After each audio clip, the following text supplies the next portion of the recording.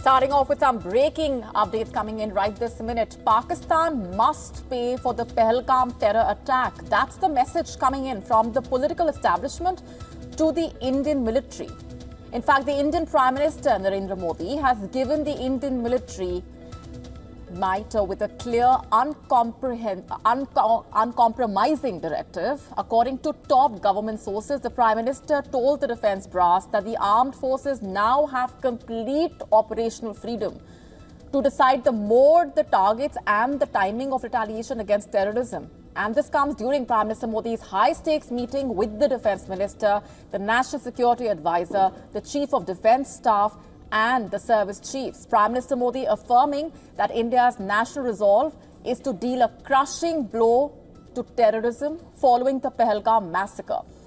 And the Prime Minister's order that was delivered in razor-sharp terms signals a seismic shift in India's counter-terror strategy. No longer constrained by bureaucratic red tape, the military is now empowered to strike with precision and ferocity against terror networks and their state sponsors.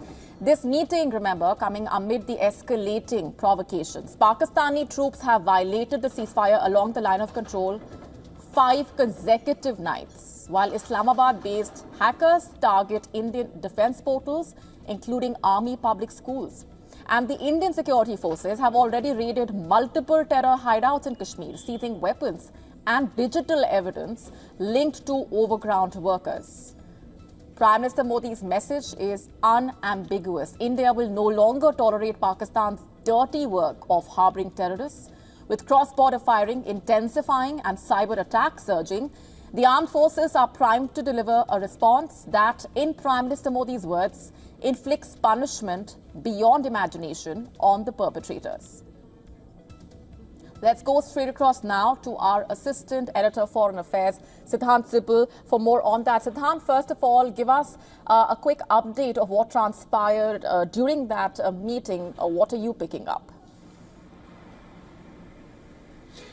Well, Delhi right now has seen back-to-back meetings, whether it is the meeting where the Indian Defence Minister, the NSA, the CDS and the 3 service chiefs were present, or whether it is the meeting with the RSS chief, Mohan Bhagwat. When it comes to the meetings with the Defence Minister and basically the defence meet, the clear message being sent by the Indian Prime Minister that they have the operational freedom and it's up to them to decide the timing, the mode and of course the targets.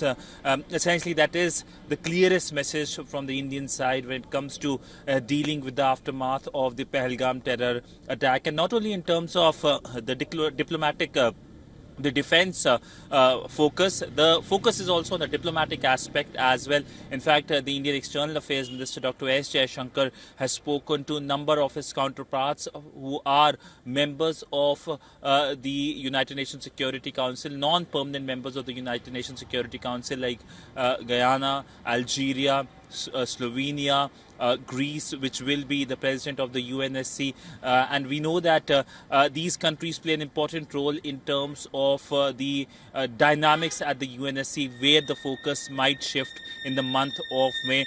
It is clear now that there will be some kind of strong response from the Indian side. In fact, today is 1 week since the terror attack, the worst terror attack on Indian soil against civilians, and this has truly shocked the country and the world. We have seen condolences after condolences pouring across the world, but now India has made it clear that there will be an action, a deterrence that will be given in terms of whether these terrorists or whether the states who sponsor terrorism, they try to again repeat such kind of dastardly attack.